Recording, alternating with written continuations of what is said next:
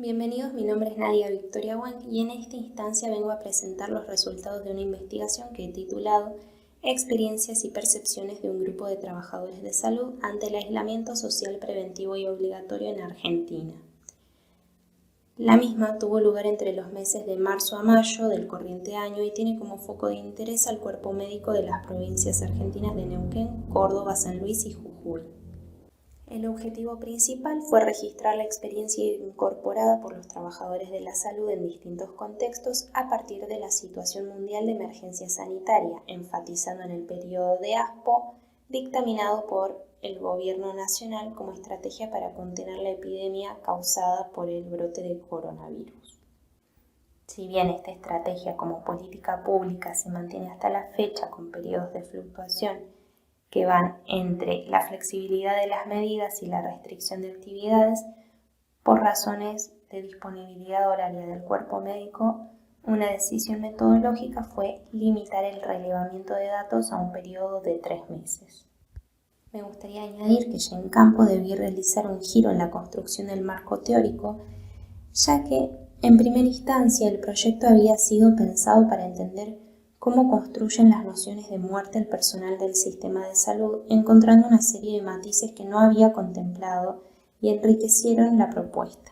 Así, tomando a Foucault como marco teórico, me propuse avanzar sobre la pregunta de cómo afecta el actual contexto a aquellos agentes sociales que vuelven su formación, su labor y su cotidiano, lo que en ciencias sociales denominamos como el biopoder, las biopolíticas o la agencia de la salud. Para lograr un mayor alcance, elaboré un formulario virtual desde las herramientas de Google, lo que me permitió realizar un ensayo de encuesta digital abierto, fácil de compartir, anónimo y organizado acorde a mis intereses de investigación, con lo que parte de las preguntas se podían responder por sí o por no, y al finalizar, el encuestado disponía de un espacio para realizar comentarios que considerara pertinentes o que no se hubieran visto contemplados. Entre los aportes que recibí me parece necesario destacar que las condiciones de trabajo de cada agente social situado son diferentes, no solo por las instituciones en que trabajan, sino por las áreas en las que se especializan y las medidas que debieron enfrentar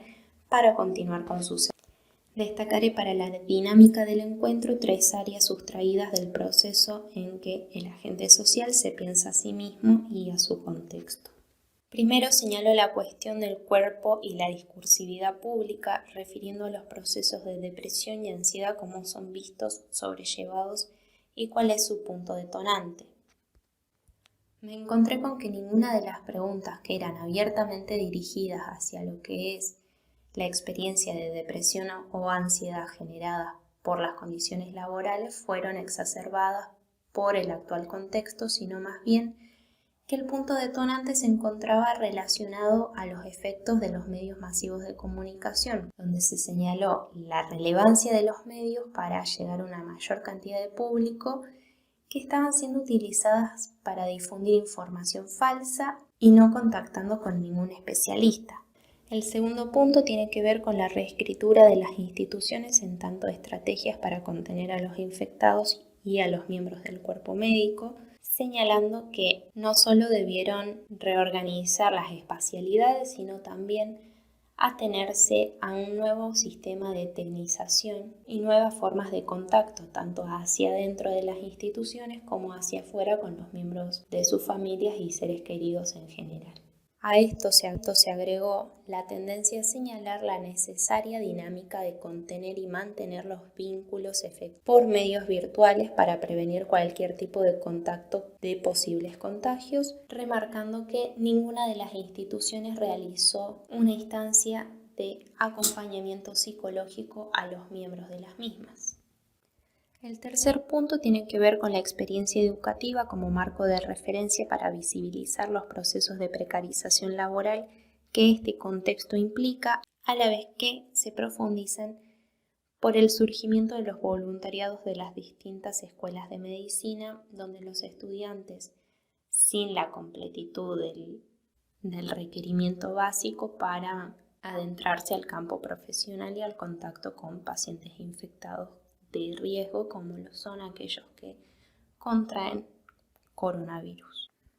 Además, señalan como preocupante la situación en la cual estamos, ya que, siendo el segundo brote pandémico que afronta el país, recordemos la pandemia de gripe porcina acaecida hacia 2005, con lo que destacan una necesaria readecuación de los contenidos básicos aplicados a enfrentar una situación de esta masividad.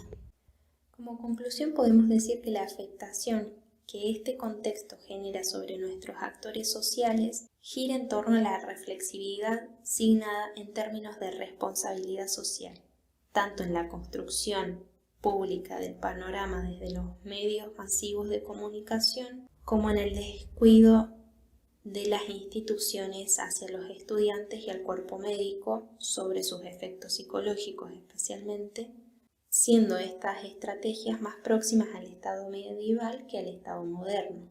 Esto nos abre la pregunta sobre la constitución del cuerpo del Estado, en tanto, ¿deberíamos apelar a la utopía de un mundo pospandemia igual al que dejamos antes de la experiencia de aislamiento? ¿O considerar el revisionismo histórico para plantearnos cómo construir un después? Dicho esto, doy por concluida la presentación y agradezco el interés y la participación.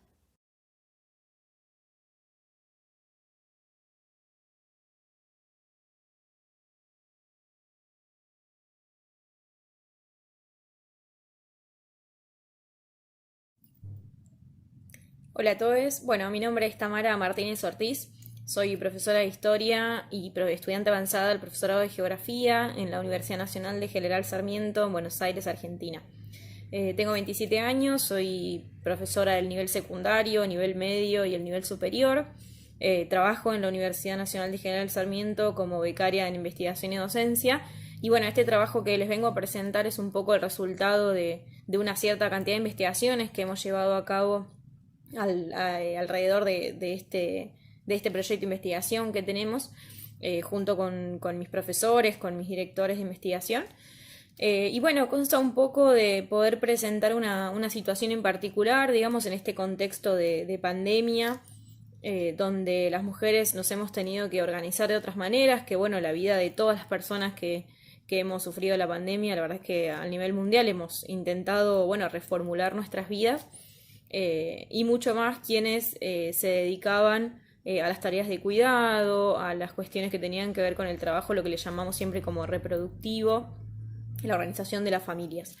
Bueno, este trabajo en realidad se titula Construir en el fin del mundo, la experiencia de las mujeres cooperativistas de Ushuaia en la pandemia por el COVID-19. Es un trabajo que se ha realizado a distancia, por supuesto. Buenos Aires y Tierra del Fuego son dos provincias de Argentina que tienen más o menos una distancia de unos 3.000 kilómetros, así que la virtualidad nos ha permitido poder trabajar en conjunto con estas mujeres, recuperando y sistematizando un poco su historia de vida, de trabajo y cómo las ha afectado esta pandemia. Bueno, Ushuaia es una ciudad, es la que le llamamos la ciudad más austral del mundo.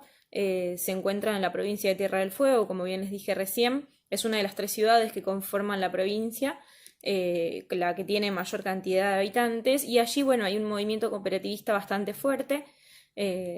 Uno de esos movimientos cooperativistas está conformado por mujeres particularmente. Son alrededor de 14 mujeres que están organizadas de forma autogestiva, y la idea fue, bueno, articular algunos conceptos que tenemos en geografía, en el análisis del espacio, para poder pensar un poco de qué manera se había trabajado durante este contexto tan particular, ¿no? En principio, bueno, tomamos como eje la geografía feminista, porque me parecía que era lo que nos permitía poder analizar el espacio y la vinculación de las mujeres de una manera más particular, de una manera mucho más atenta a cuestiones que tienen que ver con la perspectiva de género y la vinculación que tenemos las mujeres y las disidencias con el territorio que habitamos. Por otro lado, o en ese sentido, la geografía social, por supuesto, teniendo en cuenta la conformación del territorio y qué lugar ocupamos las personas en esa conformación de territorio. Otra de las patas era, por supuesto, la economía social y solidaria, ¿sí? La verdad es que trabajamos desde la cooperación, bueno, pensando en las cuestiones de solidaridad, en otras formas de economía que realmente van más allá de lo que es la economía capitalista y los valores que teóricamente ese tipo de economía pregonan. Bueno, frente a esta reformulación, a esta crisis que realmente ha sufrido el capitalismo con la pandemia, buscamos alternativas de trabajo y mucho más de construcción colectiva con las mujeres. Todo esto, por supuesto, en el contexto de la pandemia que les decía recién. Bueno, más o menos el análisis lo estructuramos en ese sentido, digo, bueno, de pensar la geografía feminista como punto de partida, pensar esto del espacio público, el espacio privado, cómo es que se había reformulado, ¿sí? Esos conceptos. Bueno, hoy el hogar era el espacio reproductivo y productivo también, ¿sí? Porque el aislamiento, las cuarentenas, los aislamientos preventivos, sociales y obligatorios justamente, valga la redundancia, nos obligaron a estar en casa y a poder repensar nuestros trabajos de otra manera. El territorio, por supuesto, que se vio diezmado por un montón de cosas, quienes ya no estábamos en el territorio, quienes siempre luchamos en el territorio por la construcción colectiva, hoy había que hacerlo desde casa, bueno, había que buscar nuevas formas para eso. Los objetivos de este trabajo en realidad, bueno, en principio es indagar acerca de las mujeres cooperativistas y cómo se ha conformado esa cooperativa dentro de un movimiento más grande de movimientos cooperativistas. Esta cooperativa es particularmente textil, pero se enmarca en cooperativas de vivienda, de trabajo, en la construcción, por supuesto, en trabajo gastronómico, en trabajo en huertas, por ejemplo, bueno, va por ese lado. Pensar, bueno, qué lugar ocupa en la conformación de las identidades de esas mujeres pertenecer al movimiento cooperativista. Bien sabemos que la economía social y solidaria justamente otorga una particularidad dentro de la economía capitalista a la que estamos acostumbrados y bueno, pensar la construcción colectiva desde ahí y las formas alternativas que le podemos encontrar a la economía, una economía más justa, más igualitaria, más equitativa, si eso conforma o no parte de sus identidades. Bueno, pensar qué ha sucedido en sus hogares y en sus familias durante el aislamiento por el COVID, si eso se ha visto modificado de alguna manera, cómo se han organizado frente a esa situación y bueno, pensar por supuesto qué lugar ocupó el trabajo cooperativista y la economía del cuidado en ese sentido. Y por supuesto pensar al heterosis patriarcado como la forma que realmente nos está mandando, digamos, nos establece la norma respecto de cómo se debía organizar ese trabajo, por qué estas mujeres rompen con esa lógica heterosis patriarcal, y bueno, y revisar un poco el concepto de frontera, ¿no? Que es algo que en geografía usamos muchísimo. Bueno, pensar qué pasaba con los cuerpos, qué pasaba con el territorio, con las fronteras, como es una ciudad que está al sur mismo, digamos, está bastante aislada de lo que es el resto del territorio. De hecho, para acceder a la isla se puede acceder en avión y si hay que ir por tierra, hay que cruzar hacia Chile y volver a entrar al territorio argentino. Entonces, bueno, tiene una particularidad con el territorio bastante amplia. La hipótesis es que, bueno, esta cooperativa de mujeres ha surgido como una estrategia frente a las consecuencias de la crisis económica por el aislamiento social preventivo y obligatorio, y esto modificó las perspectivas que tenían esas mujeres sobre el espacio público, el espacio privado, así como sus percepciones respecto de la autonomía y el empoderamiento que esas mujeres podían tener. Que por supuesto estaba estereotipada desde el capitalismo, el sistema capitalista patriarcal, con la división sexual del trabajo, ¿no? Bueno, quienes somos mujeres o disidencias pertenecemos al ámbito privado, los varones o las masculinidades al espacio público. Bueno, esa lógica fue rota o es la hipótesis que fue rota durante el aislamiento.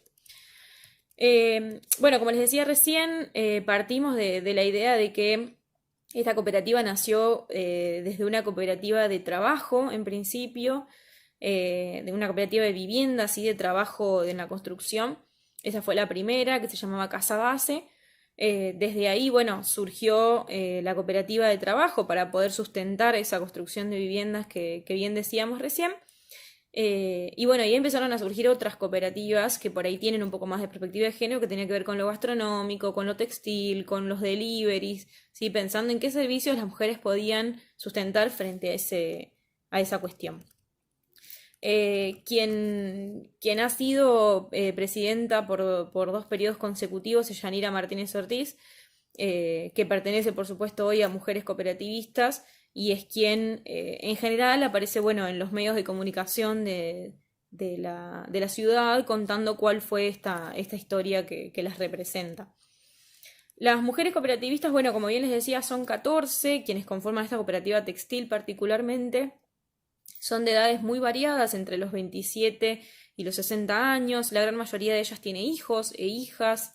La gran mayoría ha terminado el secundario y algunas de ellas tienen estudios superiores. Digo esto porque en general, bueno, pensamos que siempre, por supuesto, la cantidad de hijos y el nivel socioeducativo siempre limitan un poco nuestra inserción en el mercado laboral. Bueno, frente a una pandemia y una crisis tan grande, me parece importante tener ese dato en cuenta. Las mujeres, bueno, del taller textil se han dedicado, por ejemplo, a cubrir necesidades de la salud, por ejemplo, de la salud, lo que podríamos llamarle salud comunitaria, pero servicios para el Estado en realidad, con la confección de mamelucos, la confección principalmente de barbijos reutilizables de tela. Han hecho los diferentes trajes que se han necesitado para poder trabajar en las obras en el frío, porque digo, el clima es una cuestión que se tiene que tener muy en cuenta, por supuesto. Bueno, para poder analizar esta conformación, este trabajo, hemos accedido, por supuesto, quienes conforman la cooperativa nos han facilitado sus resoluciones, sus leyes. Bueno, hay una serie, todo lo que es como lo más administrativo, lo más burocrático, respecto de cómo se conformó esa cooperativa de mujeres. Y que responde también a un Instituto Nacional, ¿no? de Economía Social y de Conformación de Cooperativas. Lo que sucedió en este contexto de pandemia fue que salió desde este Instituto Nacional de Administración de Economía Social una resolución de emergencia donde se habilitaba la creación rápida de cooperativas que tengan que ver con esto del COVID. Entonces, bueno, trabajar para la salud comunitaria, trabajar para el Estado en cuanto a, por ejemplo, el diseño de barbijos, bueno, estaba buenísimo como para aprovechar esa situación. Fue esa la estrategia, digamos. Bueno, después cuando indagamos sobre esto de la identidad, entrevistando a algunas de las compañeras que conforman la cooperativa y también a través de los testimonios de muchas notas que han dado las compañeras también frente a los medios de comunicación local, siempre digo, reivindican esta cuestión de que son mujeres cooperativistas y eso conforma parte de sus vidas. Bueno, eso venía un poco a comprobar nuestra hipótesis, pero también a poder repensar esto de, bueno, qué identidad nos da el trabajo, por qué el movimiento cooperativista y la economía social y solidaria tienen una facción tan particular en cuanto a la autonomía, al empoderamiento de esas mujeres que entendían que habían podido superar la crisis desde ahí. Por supuesto que uno de los pilares de la conformación de estas cooperativas siempre fue la capacitación. Digo, en general en los relatos se nombra muchísimo esto de la capacitación constante, de los objetivos que tienen como personas, de la superación, de la organización, bueno, que ha sido muy importante en la reformulación de sus vidas, ¿no? De poder repensarse desde ahí. Bueno, como conclusiones me parece importante destacar esto de que la creación de una nueva cooperativa en ese contexto puso en marcha un proyecto de vida, ¿no? De salida laboral, de construcción colectiva, de solidaridad, para poder colaborar con la salud, ¿sí? Frente a un problema mundial que estábamos teniendo, con el Estado. Y que, bueno, en la intervención en el territorio y la ruptura de las concepciones patriarcales del hogar como un espacio privado y reproductivo, que no estaba solo destinado a las mujeres, bueno, sus familias se vieron reformuladas, ¿no? Se vieron como reestructuradas, deconstruidas, podemos decir, frente a esa situación. Y por último, pensar que la economía social y solidaria, la economía y la sociología feminista pueden aportar visiones alternativas al capitalismo individualista y meritocrático al que estamos acostumbrados, que persigue al final solo la rentabilidad económica como principal desafío, desneutralizando en realidad el verdadero bienestar de la población y la sustentabilidad como el objetivo de vida y la razón común. Me parece que lo interesante de este proyecto que presentan estas mujeres cooperativistas es que no solamente estaban pensando en el acceso a la vivienda como por supuesto un derecho fundamental, sino pensaban el derecho a la salud, el derecho a la educación, el derecho, por ejemplo, a una vida sustentable con el proyecto que tienen de huertas agroecológicas, a poder, bueno, romper un poco, ¿no? Con estos estereotipos y estas concepciones que arrastramos, a las que estamos acostumbrados y que realmente en un escenario tan cambiante y tan sorpresivo, con todo lo que ello implica en la pandemia por el COVID-19, hoy podemos encontrar alternativas. Muchas gracias.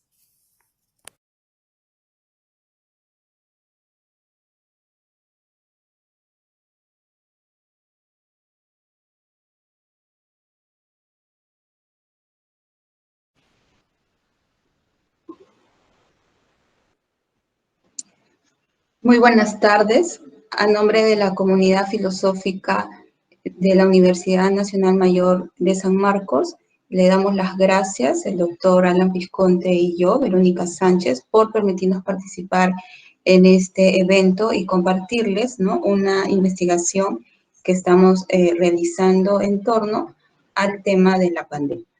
El trabajo titula Pandemia en Perú, la noción de cuerpo en la acción colectiva de las organizaciones sociales y el rol de las mujeres frente al fracaso de las políticas de salud centradas en el cuerpo individual.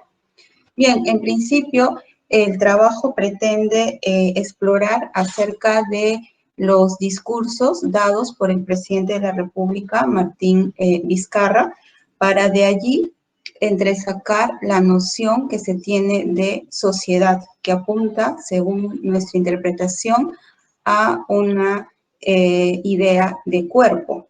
Y de allí también reflexionar acerca del rol que cumple la mujer en esta sociedad, en este colectivo. Y de ahí, pues, ¿no? Notar cómo la mujer constantemente queda relegada al cuidado también del cuerpo. Si trasladamos estos hechos y análisis a un plano crítico, consideramos que nuestro trabajo permitirá discutir y esclarecer cómo hemos constituido nuestra comprensión de sociedad junto con la estrecha relación entre esta y la del rol de las mujeres. Es decir, una sociedad entendida como organismo, cuerpo, al que el cuerpo femenino a su vez queda subordinado. Subordinación que la deja atenida en exclusiva a las usanzas domésticas como su principal y acaso único espacio de desarrollo privilegiado. Bien, a continuación, análisis del discurso del presidente de la República, Martín Vizcarra, algunas medidas durante esta pandemia. A inicios de marzo del presente año, estrictamente el 6, el presidente dio a conocer el primer caso de un infectado por el nuevo coronavirus COVID-19.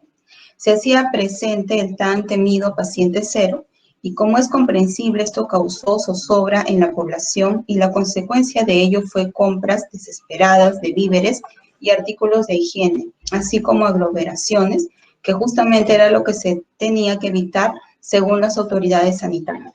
Estas acciones fueron catalogadas como irracionales por unos, egoístas por otros, irresponsables por la mayoría. Así se comenzaba a vivir la pandemia en el Perú, y en medio de estas circunstancias, Martín Vizcarra da su discurso a la nación. Así, el 15 de marzo hace la declaratoria del estado de emergencia nacional. Igualmente garantiza la provisión de alimentos y funcionamiento de los servicios básicos y, en vistas de la gravedad de la emergencia sanitaria, anuncia que para lograr que las medidas sean efectivas y se cumplan, se contará con el apoyo de la policía y las Fuerzas Armadas para la vigilancia de la población. En esa línea manifiesta que quedan restringidas los derechos constitucionales relativos a la libertad y seguridad personal, inviolabilidad del domicilio y la libertad de reunión y de tránsito. Todo esto recuerda a los peruanos épocas pasadas que fueron nefastas para el país, y es por eso que Vizcarra solicita el apoyo de todos.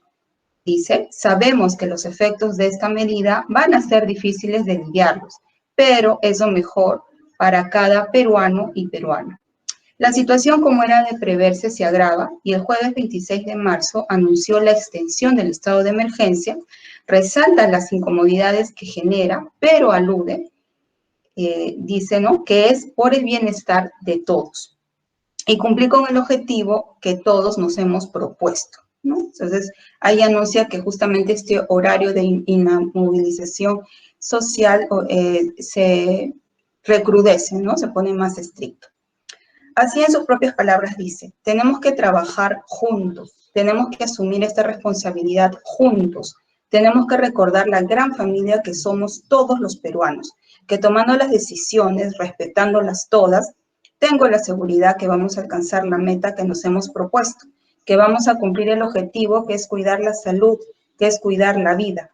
Y que tengan la seguridad, tenemos las herramientas como país, tenemos la convicción que una vez que superemos la enfermedad, seguiremos en la senda del progreso y desarrollo, pensando principalmente en las personas más humildes, pero también en todos los peruanos. Sí, vamos a lograr superar esta enfermedad y vamos a enrumbarnos hacia ese progreso y desarrollo que merecemos todos los peruanos. Como ya es sabido, el Perú fue uno de los primeros países de la región que respondió frente a la pandemia, tomando medidas acorde a la crisis que se vivía. Vizcarra apeló a un discurso en el que siempre hacía referencia al bien común. Si bien nuestros derechos individuales se veían vulnerados y afectados, siempre recalcaba que este sacrificio valía la pena porque iba a traer beneficios para los demás. Se refiere al Perú, como hemos visto, como una gran familia, un cuerpo constituido por miembros con lazos sanguíneos, y al parecer el presidente asume el rol del jefe de familia, que dirige, da directivas, reprende y castiga, pero también ofrece protección y por tanto esperanza. En suma, hay que obedecerlo. Pero como todo hijo desobediente, el padre debe de asegurar que el hijo cumpla más allá de solo apelar a su buen raciocinio. Así que la intervención y autoritarismo de las Fuerzas Armadas son más que necesarias frente a una población inmadura que no parece estar dispuesta al sacrificio de restringir sus libertades individuales por el bien común, el bienestar de todo el cuerpo, de la familia. La violencia, una vez más, se legitima. La protección aludida va en armonía con la medida del 16 de marzo, en la que anuncia que pensando en la población más vulnerable económicamente hablando, ¿no? Crea o anuncia justamente un bono de 380 soles. La tranquilidad parecía asomarse. Se habían tomado las medidas necesarias, todos confinados en casa, las Fuerzas Armadas cuidando las calles, la educación básica y superior se tornan en clases virtuales, se implementa, ¿no?, el trabajo remoto, hay un bono para la población más vulnerable, los trabajadores pueden sacar un monto especificado de las AFP. Sin embargo, parece que nada contiene o soluciona el problema, ¿verdad? De ese modo, el 2 de abril, Vizcarra hace mención de un equipo de prospectiva que está formado por diferentes eminencias, como son profesores, como son epidemiólogos, doctores de las universidades más distinguidas, tanto del Perú como del extranjero, y también está conformado por científicos sociales, economistas. En función de ese grupo de prospectiva, dice, este es un equipo con conocimiento académico y experiencia profesional que permite tener información realmente sólida, que es la base en un aspecto para las decisiones que venimos tomando. Así, hace referencia a los diversos países, ¿no?, que han asumido medidas en que las personas salen de manera intercalada, que por eso disminuye el movimiento de los ciudadanos en el horario permitido. Estas salidas intercaladas obedecen a la terminación de sus documentos de identidad, pero el problema sería que se tendría que estar pidiendo el documento a cada rato, ¿no? Y eso estaría en contra del distanciamiento social que se debe cumplir. Por eso, en el Perú deciden, y de acuerdo a la asesoría de este grupo de prospectiva, que los lunes, miércoles y jueves salgan los varones, y los días martes, jueves y sábado las mujeres. Estas medidas de inmediato ofrecen problemáticas y material para analizar. Las mujeres transgénero son las primeras en verse vulneradas, a pesar de que el propio presidente dijo, si parece mujer, es mujer, y no es necesario solicitar documentos. Sin embargo, en un país en donde prevalece pensarnos como colectivo o cuerpo, cada miembro tiene una función propia que cumplir, es decir, limitaciones de las que no puede escapar. Cada miembro no puede ir más allá de sus linderos. ¿Cómo es posible que alguien ose ir más allá de sus determinaciones biológicas y más aún ser mujer si no ha nacido como mujer? Por otro lado, se evidenció que los días en que salían las mujeres se generaban una serie de aglomeraciones en los mercados y colas inmensas. Esto suponía que los horarios dispuestos no eran lo suficientes para atender todas sus tareas, tanto domésticas como profesionales, si fuera el caso. Frente a esto y todas las medidas adoptadas por el gobierno peruano, notamos que las medidas sanitarias y económicas no han sido las suficientes, ¿no?, para disminuir los efectos de las pandemias. A propósito, mencionamos a Manarelli, que nos indica que la mujer siempre ha sido desde la colonia relegada solo al ámbito doméstico y no ha ejercido ningún poder en la esfera pública. A la mujer se le ha relegado al cuidado de la familia y al parecer las mujeres, o mejor dicho, el Estado persiste en esa idea, porque justamente los bonos a los que hace un momento mencionamos, se le otorga a la mujer, miembro de la familia, porque se cree que si se le da al hombre, pues este lo va a malgastar o ni siquiera lo va a utilizar, ¿no?, en las necesidades familiares. Entonces siempre estamos con esa idea de la mujer protectora, de la mujer cuidadora, ¿no? Y nos hacemos una serie de preguntas. Las mujeres asumimos con orgullo estos calificativos, ¿no?, de virtuosas, buenas, nobles, cumplidoras siempre de las normas y capaces de los mayores sacrificios por el otro. ¿Qué tan conformes o inconformes estamos con la noción mariana de mujer? ¿Qué tan satisfechos estamos con asumir un cierto control en el espacio doméstico, pero ninguno en el espacio público? Como hace un momento dije, mencionaba a Manarelli porque justamente ella indica que los hombres están acostumbrados como a no cumplir las normas, a hacer lo que quieren, mientras que las mujeres más bien siempre tienen que cumplir con las normas e incluso eso va en relación con reprimir de alguna forma su sexualidad, ¿no? Porque en ello recae la buena fama o la reputación de la familia. En suma, los hombres están acostumbrados a hacer lo que quieren, mientras las mujeres no. Entonces, hacia eso apuntamos, ¿no? Sin embargo, también hay que notar que frente a estas medidas insuficientes, en el aspecto económico, una vez más las mujeres responden frente a esta crisis utilizando la colectividad, se unen, ¿no? Nos referimos, por ejemplo, bueno, acá poníamos algunas imágenes referentes a las aglomeraciones. Acá más de 8.000 mujeres acuden al mercado Unicache en Villa El Salvador, ¿no? Las colas inmensas, ¿no? Y también aquí tomamos algunas imágenes de cómo las mujeres han ido respondiendo a esta crisis económica, esto, ¿no?, con las ollas comunes, que generalmente se dan en los distritos en donde encontramos hogares en extrema pobreza, como son Villa El Salvador, Comas, San Juan de Lurigancho y San Juan de Miraflores, ¿no? Entonces, la olla común consiste en que las familias reúnan los alimentos que tienen, ¿no? Y cocinen, como se dice, la olla común. Y acá lo vemos, ¿no? Algunas imágenes, cómo se empadronan, cómo reparten las comidas, los alimentos, cómo los hijos juegan, ¿no?, en una especie de ping-pong en estos distritos, mientras ellas cocinan, ¿no? Están también distribuyendo los víveres, ¿sí? Y de esta manera trabajan. Bueno, ese es mi aporte, mi intervención. A continuación le doy el paso al doctor Visconti. Muchas gracias.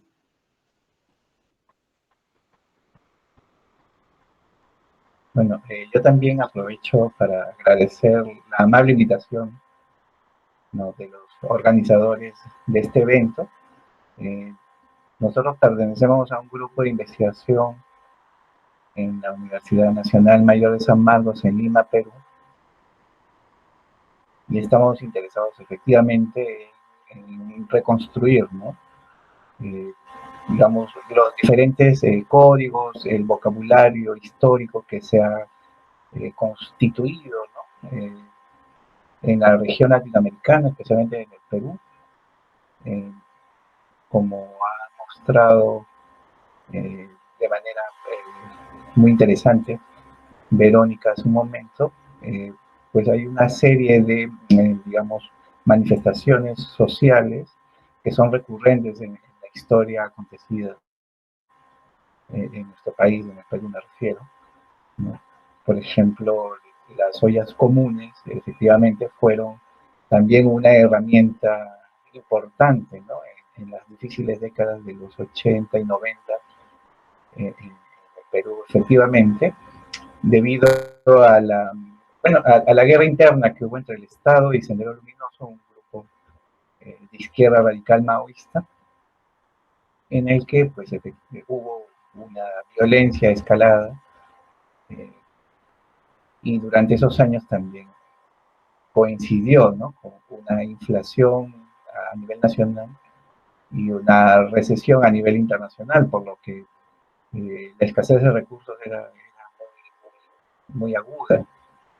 Entonces, en buena medida, el Perú se mantuvo, digamos, a flote, por decirlo de algún modo, en esos años, por dos razones, ¿no?, que quizá tienen una ligación interna importante. Por un lado, estas organizaciones comunales, ¿no?, en las periferias de la Lima tradicional, ¿no?, que acá llamamos los conos, ¿no? Es decir, en el mapa urbano de Lima, pues el casco histórico está rodeado por inmensas urbanizaciones recientes, que en aquellos años se llamaban pueblos jóvenes, por, no solo cronológicamente, sino también por la precariedad en la que se constituyeron, ¿no?, utilizando material de construcción muy endeble, ¿no?, que acá llamamos estera, es un tejido de paja seca, ¿no?, cartones, periódicos, en fin, el nivel de pobreza era enorme en esos años, y la forma en que se sobrevivió fue eh, efectivamente utilizando estos recursos ancestrales, al parecer, ¿no?, en los que, digamos, las mujeres tuvieron un rol protagónico. Y por otro lado, la, lo que ahora ha vuelto a saltar con el contexto de la pandemia, que es el, el empleado informal. En aquellos años se llamaban simplemente los ambulantes, ¿no? Eh, entonces, digamos que el discurso del cuerpo, que es finalmente a lo que apuntaba Verónica en su intervención, y lo que nos interesa a nosotros como grupo de investigación recordar y resaltar históricamente, ¿no?, ¿no?, como citó a la socióloga María Manarelli, una socióloga peruana, que ha estudiado históricamente los discursos del cuervo en el país, ¿no? Pero, sin embargo, creo que es necesario enfatizar cómo se ha constituido este vocabulario, el vocabulario del bien común, la idea de que la sociedad es un cuerpo, y cómo esta sociedad corporativa, ¿no?, ha venido sobreviviendo, ha venido, digamos, transformándose según los contextos históricos, según las distintas precariedades en las que ha estado, digamos, inmersa, ¿no?, la colectividad peruana, ¿no?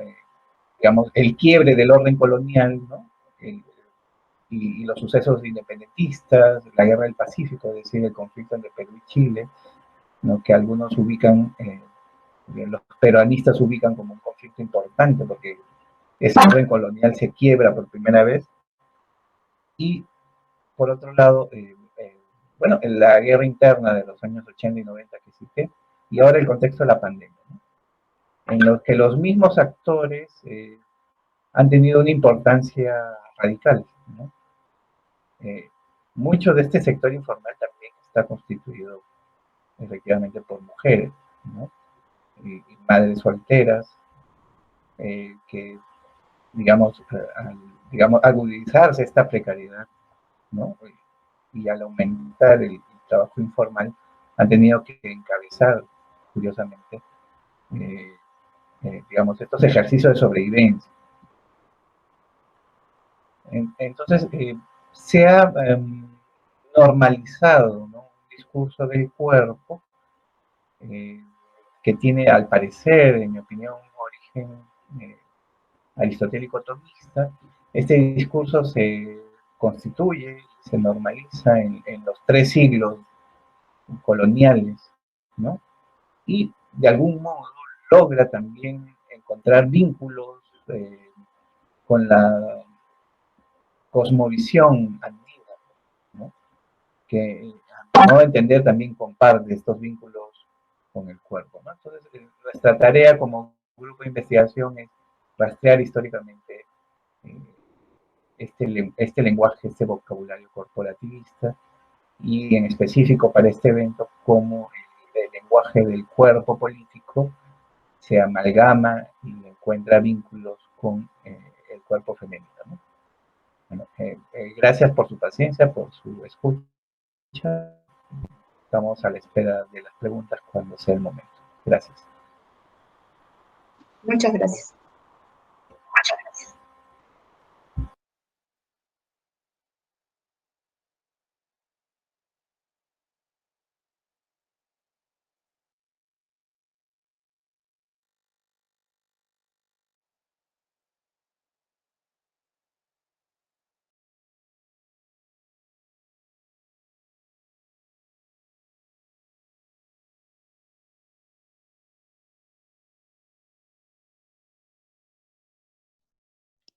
Hola a todas, todas y todas. Un gusto estar en este congreso. Mi nombre es Obi y les quiero presentar unas exploraciones que estoy haciendo durante la pandemia que ha hecho parte pues como de mis investigaciones en los últimos 4 años. La titulé Espacios corporales de hombres trans en Internet durante la expansión de la COVID-19. La estructura de la presentación está dividida en 3 partes. La primera es la emergencia de hombres trans en YouTube, especialmente la relevancia del análisis del ciberespacio desde los estudios socioespaciales para entender esas configuraciones de los cuerpos trans. Y el tercero es cómo podemos entender la relación entre virus, hombres trans y plataformas digitales. Todo esto. En la emergencia de hombres trans en Internet, la identificó desde el 2017 en el contexto colombiano, cuando la ministra de Educación, Gina Parodi, iba a implementar unas cartillas de educación en favor de las orientaciones sexuales y identidades de género no normativas. Esto se dio simultáneo al proceso de refrendación del acuerdo de paz entre el gobierno de Juan Manuel Santos y las FARC-EP.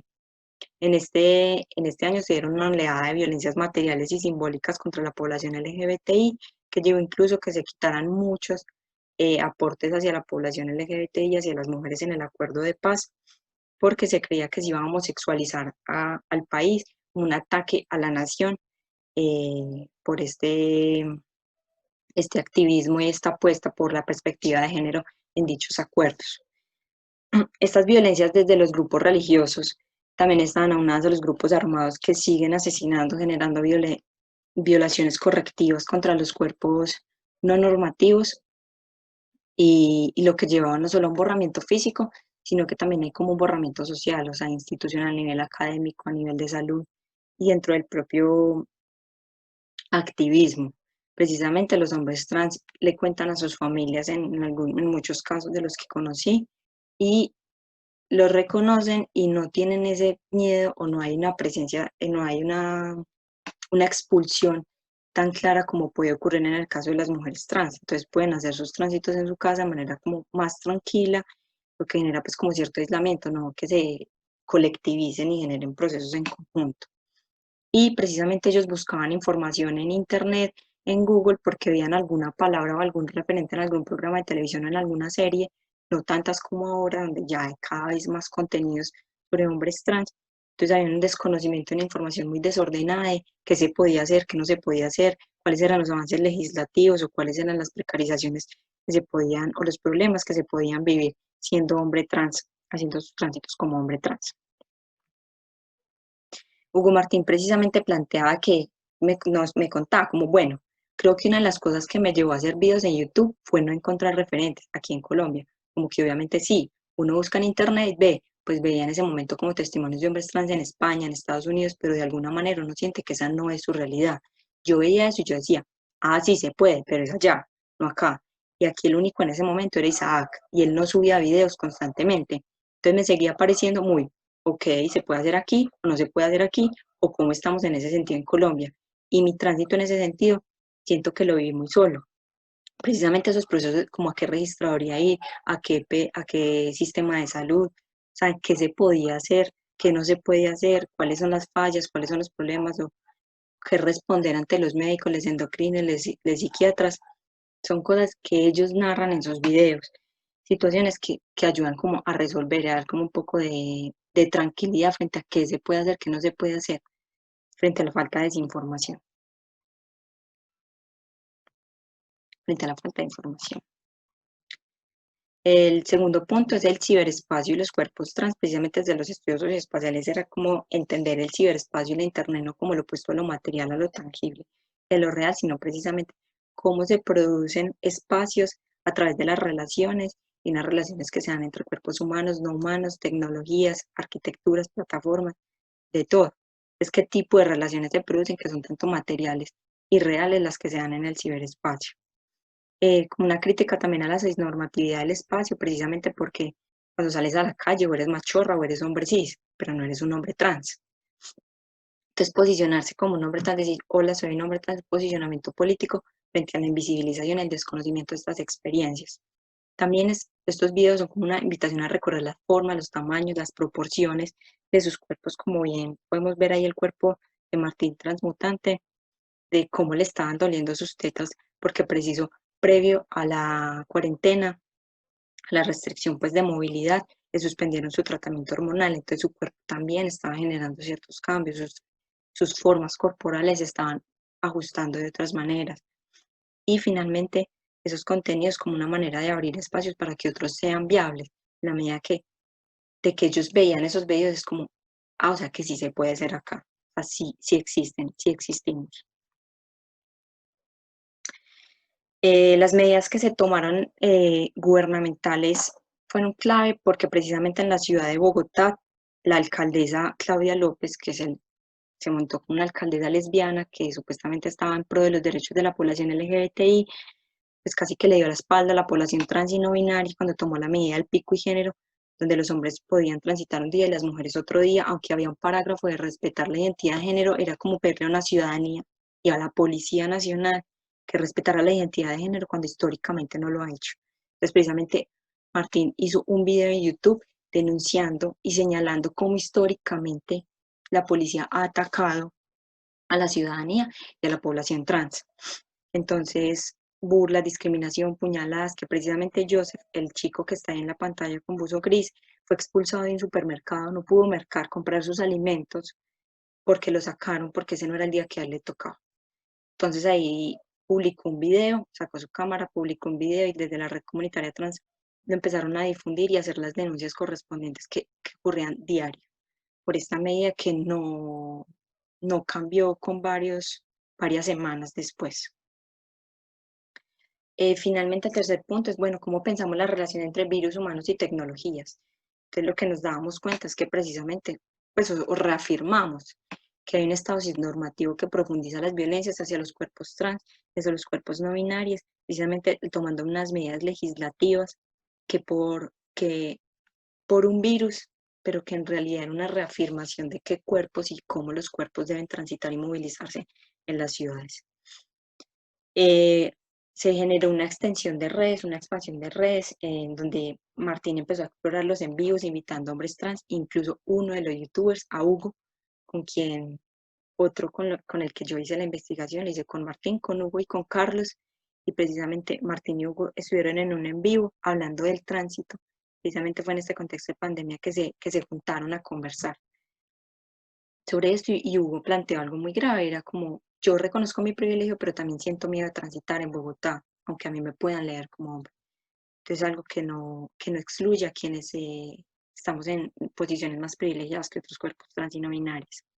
También el primero en hacer un video en el contexto de la pandemia fue Hugo sobre qué medidas ha tomado pues para entrar a confinamiento, entonces con su esposa, entonces él era como abastecerse de hormonas porque no sabía hasta cuándo no podía volver a recibir sus hormonas, mientras Martín estaba en la incertidumbre de cuándo puedo hacerme mis exámenes médicos para que me vuelvan a dar mi terapia de reemplazo hormonal, a asignar mi terapia de reemplazo hormonal. Entonces esto lo que era como un devenir en el presente, o sea, como un llamado a vivirse en la temporalidad del presente como posibilidad de estar con otras y de vivirse el propio tránsito en esas condiciones, donde también se es trans, aunque no se tengan hormonas, que parece ser una de las normatividades que se replican entre los youtubers transmasculinos. Y también que revela cómo los espacios de la casa también pueden ser espacios seguros para los hombres trans, en la medida que en uno de los envíos, uno de los hombres trans señalaba que lo mejor de la pandemia era no ir a los baños públicos de la universidad. lo cual revela cómo debemos, una denuncia también de cómo podemos y cómo debemos generar geografías y arquitecturas donde cuerpos trans no binarios podamos habitarlos de manera segura y tranquila para resolver nuestras necesidades básicas como ir al baño. Y unas pistas finales es, bueno, estos espacios de denuncia, YouTube e Instagram se configuraron como espacios de denuncia ante las violencias sistemáticas contra la población trans y no binaria y se ha creado como una expansión, o sea, cómo podríamos pensar esas geografías emocionales del miedo, la rabia y la incertidumbre que se están viviendo hacia estos cuerpos más vulnerables. También que se generaron una necesidad de conectarnos con otros, el virus intensificó como esta necesidad y a través de las plataformas pues se está presentando, pues se puede generar este tipo de conexiones.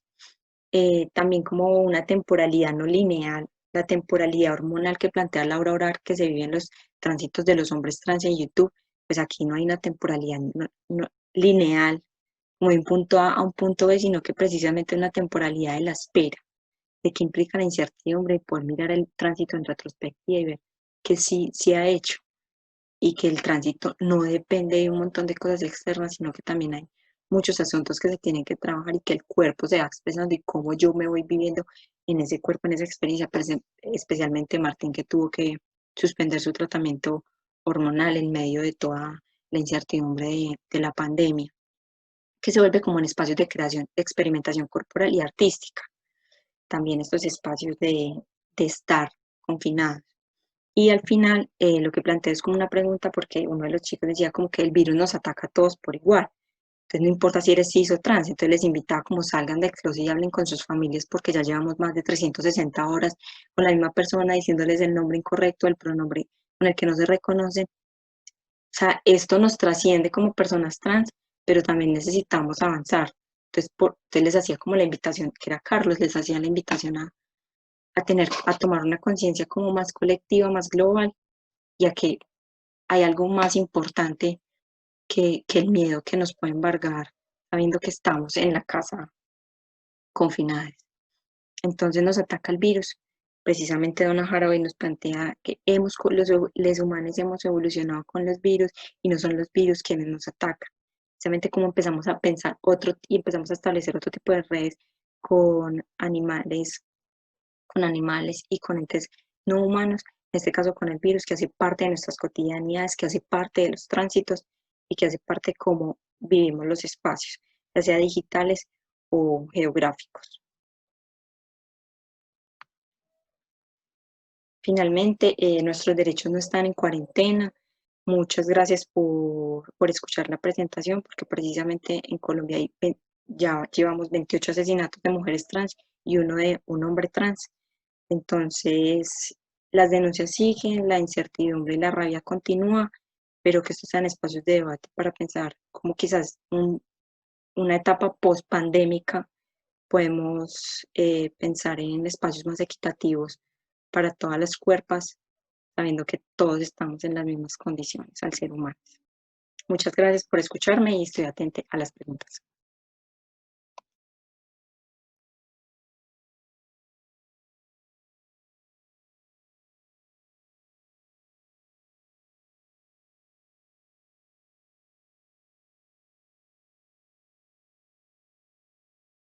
Hola, hoy me propongo comentar algunos procesos asociados a una investigación en curso en torno al discurso oficial sobre la epidemia de COVID-19 en México.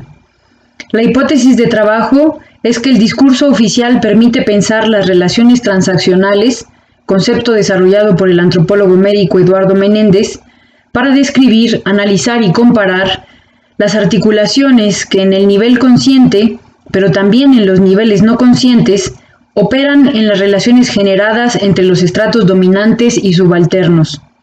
El concepto refiere siempre a situaciones en las cuales ya está dado un juego de relaciones sociales, económicas e ideológicas y de las cuales se puede abstraer la estructura dominante. Sostengo dos premisas articuladas: que la estructura de dichas relaciones ha tendido a la hegemonía subalternidad, coadyuvando a la reproducción de inercias que trascienden el ámbito de la epidemia, y dos, que en cuanto a la epidemia misma, la hegemonía del modelo biomédico en el discurso oficial ha obviado posibilidades discursivas y prácticas multidisciplinares que pudieron haberse puesto en marcha para la promoción de la salud no hegemónica.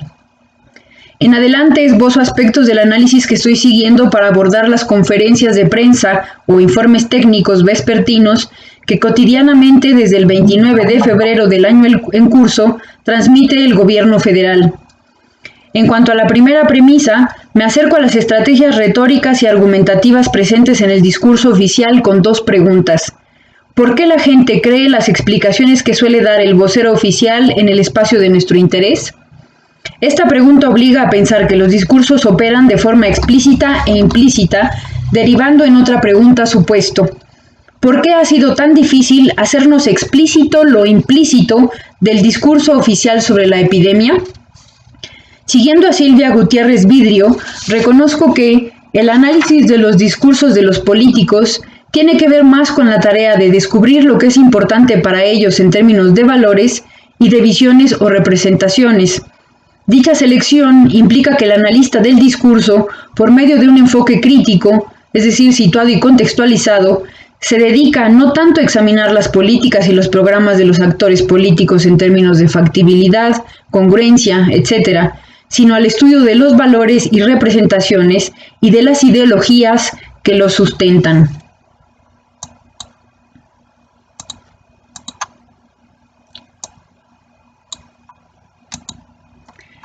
El análisis del discurso político es una metodología viable porque puede mostrar la utilización de estrategias discursivas, así como la ideología que legitima el ejercicio del poder.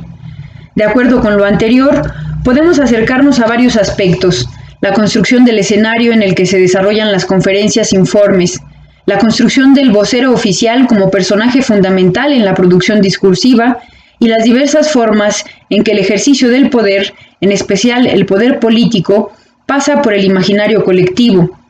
Ejercer un poder simbólico no significa agregar lo ilusorio a un poderío real, sino multiplicar y reforzar una dominación efectiva por la apropiación de símbolos, por la conjugación de las relaciones de sentido y de poderío. Esto nos introduce al análisis de la legitimidad necesaria para la obediencia y la dominación como la entendía Weber. Teniendo en cuenta que el poder se rodea de representaciones, símbolos, emblemas, etc., que lo legitiman, lo engrandecen y que requiere para asegurar su protección, podemos analizar el lenguaje inclusivo del Dr. Hugo López-Gatell Ramírez, subsecretario de Prevención y Promoción de la Salud, y su dramática, por excesiva, apelación a las mujeres embarazadas en tanto población de riesgo frente a la COVID-19. Esto en el marco de discursos federales y locales tendientes a criminalizar algunas denuncias y prácticas feministas. En una línea similar, podemos situar la construcción de otro personaje importante en el discurso oficial, el de la jefa Fabiana.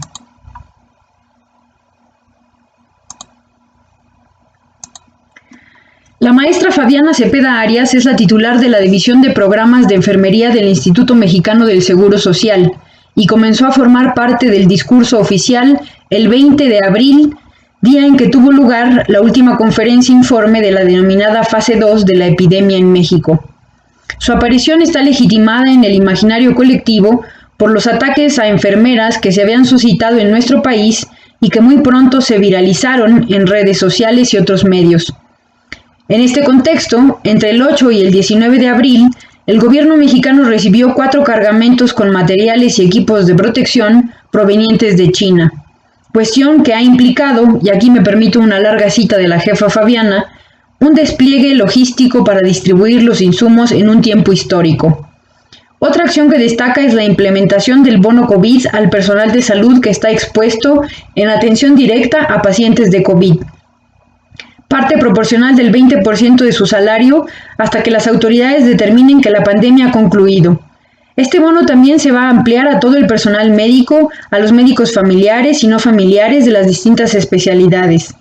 Esta acción es otra muy buena. Les platico que el día 14 de abril se inició el despliegue de la Guardia Nacional dentro de las instituciones del IMSS, y ellos van a estar asignados para vigilar las puertas, los accesos peatonales, los accesos a urgencias, las entradas principales de las unidades médicas hospitalarias. Y les platico que esto ha sido algo que sienta precedentes. Hemos sido testigos de últimas noticias donde la seguridad dentro de las instalaciones de alguna manera se tenía que reforzar, y esta acción vale mucho la pena. De tal forma que esta seguridad no solo va a ser para los trabajadores, sino también para los pacientes, para las familias.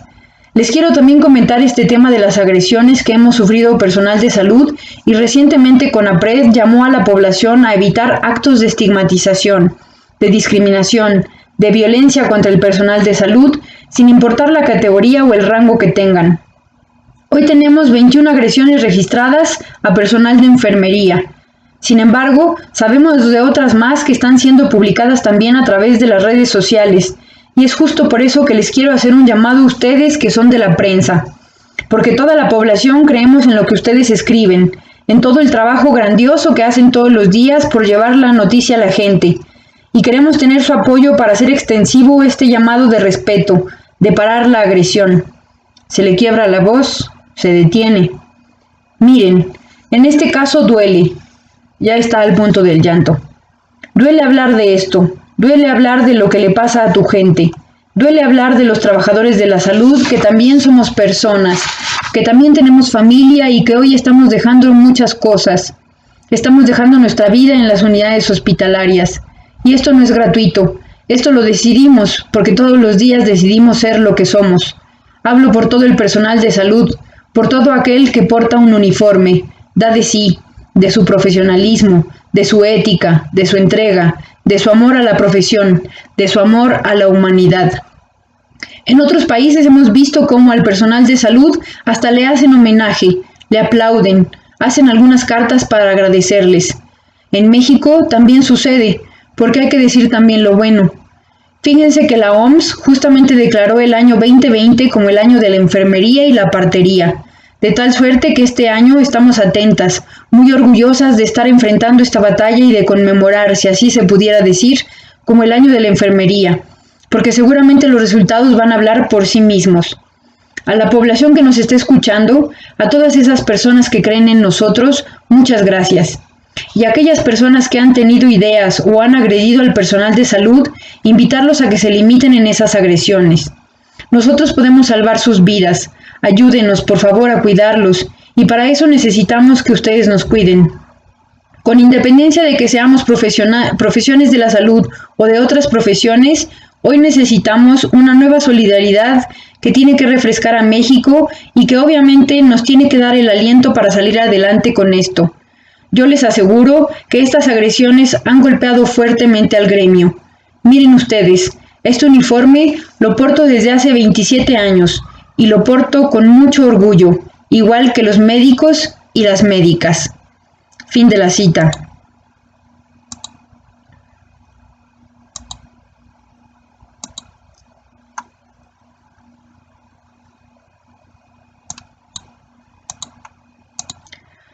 Lo anterior puede interpretarse como la narración de una persona que hace un llamado muy sentido a frenar las violencias, agresiones y discriminaciones. Explícitamente, resulta una lectura viable que, en el mejor de los casos, solo entrona al modelo biomédico, pues, por ejemplo, basta conocer la regulación de la partería en nuestro país para sospechar de la horizontalidad discurseada. Sin embargo, desde la metodología que propongo, el fenómeno se complejiza si contextualizamos y miramos con atención las múltiples dimensiones del discurso político, que es también verbal, no verbal y gráfico. Así, por un lado, no podemos obviar que la presentación de la enfermera se da en un contexto de queja, crítica e incluso deserción de personal de salud en distintas regiones del país. Por otro, hay implícita y explícitamente una apelación que legitima, material y simbólicamente, un aparato que ha sido frecuentemente criticado en la actual administración, la Guardia Nacional y su discrecional despliegue. De este modo, la articulación discursiva entre la palabra y la imagen que presenta la jefa Fabiana apunta a legitimar, por medio de la persuasión y la manipulación, el poder ejercido por las y los uniformados médicos y de los aparatos represores del Estado, que en más de un sentido han sido actores emblemáticos en el discurso oficial. La jefa Fabiana cumplió su papel en el performance del Estado y cuando parecía que la gente se olvidaba de la emotividad a la que apeló su personaje, resultó positiva a COVID-19. Durante algunos días más siguió la mata dando, hasta que anunciaron su recuperación y finalmente resultó una heroína prescindible en el discurso oficial, plagado de ellas en su versión caricaturizada. Finalmente, es necesario señalar que la aparición de la enfermera representó una transición también discursiva entre fases epidemiológicas, de la 2 a la 3, y marcó al menos las primeras semanas de la fase 3, en la que el performance del Estado incluyó algunas niñas en su día y algunas madres en el propio. Obviamente, ni ellas ni ellas están entre las afectadas por la Guardia Nacional, el crimen organizado, el feminicidio, las mineras o los megaproyectos.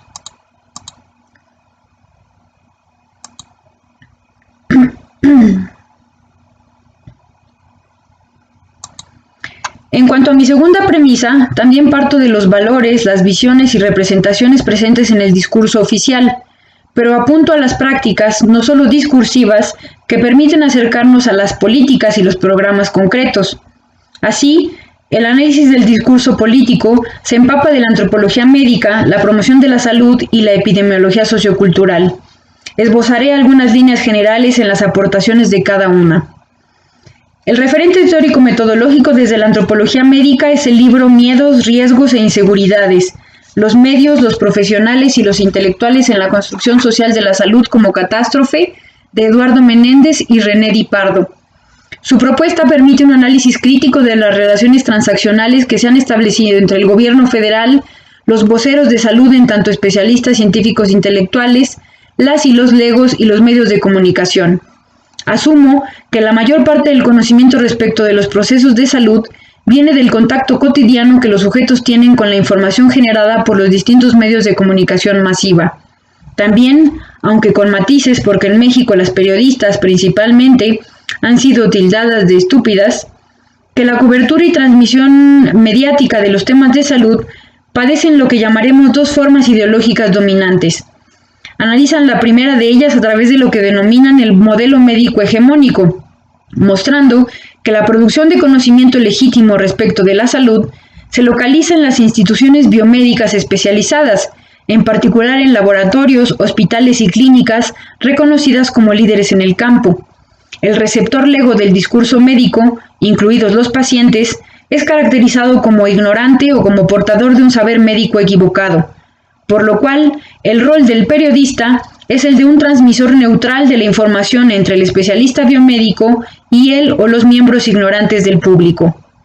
Los antropólogos señalan que la academia crítica en América Latina, desde la medicina social y la epidemiología crítica, por ejemplo, han puesto en relieve el reduccionismo de la biomedicina. Sin embargo, la crítica no se aplica al contenido y la forma en que los medios, incluyendo los que produce el Estado a través de plataformas virtuales, transmiten información sobre los procesos de salud, enfermedad, atención. De este modo, resta mucho por analizar en torno a los modelos comunicativos hegemónicos. La intención no es ser cómplices de las orientaciones dominantes al describir los problemas de salud como catástrofe, pero tampoco echar campanas al vuelo partiendo de la esperanza ingenua y profundamente pasiva. Por ello, situar la utopía desde el análisis que posibilita la promoción de la salud se presenta como alternativa viable. Me baso en mi experiencia docente y lo aprendido en la interacción con colegas de la Universidad Autónoma de la Ciudad de México y los materiales que han producido para los estudiantes. Mi principal referente está contenido en el libro Introducción a la promoción de la salud y, de acuerdo con mis objetivos, lo más relevante es la distinción que hacen entre prácticas de promoción de la salud dominantes y alternativas. Así, 4 nociones guían el análisis del discurso oficial a la luz de las prácticas: noción de salud, noción de problema de salud, noción de promoción de la salud y, finalmente, noción de persona y o población con quien se hace la promoción de la salud. Una quinta noción de análisis que se articula sincrónica y diacrónicamente con las 4 anteriores y que surge del material empírico que estoy trabajando es la de transición entre fases epidemiológicas. Desde estas categorías, estoy ubicando el tipo de modelo médico discursiado y practicado en materia de promoción de la salud en torno a la epidemia en México, mismo que lamentablemente tiene todos los tintes de ser dominante y reproductor del modelo médico hegemónico. En los últimos meses ha sido frecuente escuchar a Andrés Manuel López Obrador, presidente de México, decir que él no está de florero. La metáfora, vista desde la epidemiología sociocultural, me ha llevado a pensar en quienes sí parece que cumplimos ese papel en muy diversos ámbitos del devenir nacional. En primera instancia, me remite a la ciudadanía, la población, de riesgo o no, para usar los términos de Hugo López-Gatell Ramírez, o al pueblo, para citar a AMLO. En segunda instancia, y en tanto habitante de la Ciudad de México, es inevitable pensar en nuestra secretaria de Salud, la doctora Oliva Arellano López, y el lamentable papel de florero que parece haberle asignado durante varios meses la Administración Federal.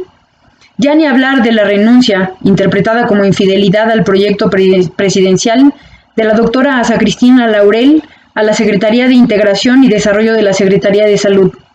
En fin, desde el modelo médico hegemónico y su epidemiología clínica, cualquiera que pudiera plantear alternativas será mejor que se vaya, u ocupe el lugar ornamental asignado.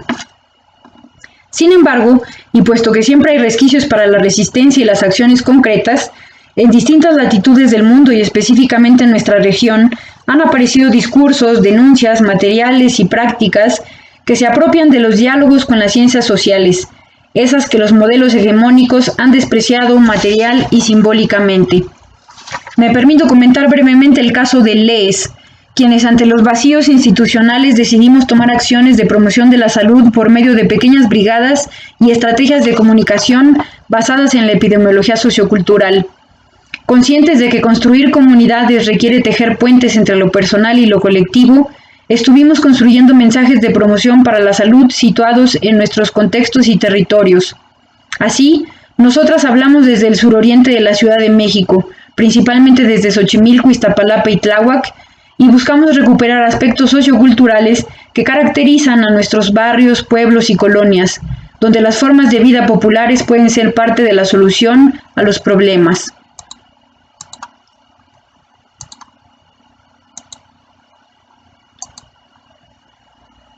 En algún momento pensamos en imprimir nuestros mensajes colectivos en lonas que pudiéramos colocar, en esfuerzo conjunto con vecinas y vecinos, en ese espacio público, la calle, que por la contingencia sanitaria se ha visto amenazado.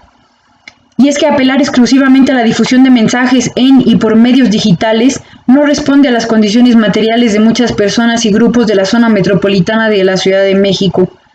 Puesto que nuestro laboratorio experimental se compone de 3 personas, 2 estudiantes de promoción de la salud y una socioantropóloga médica desempleada, y aunque hemos contado con la bella colaboración de LAFCEN, si bien seguimos creyendo que su impresión para la difusión material hubiera sido necesaria, nosotras no contamos con los medios para lograrlo. Así, reconociendo nuestras limitaciones, llegamos a la conclusión de que peor es nada e hicimos uso de las benditas redes sociales.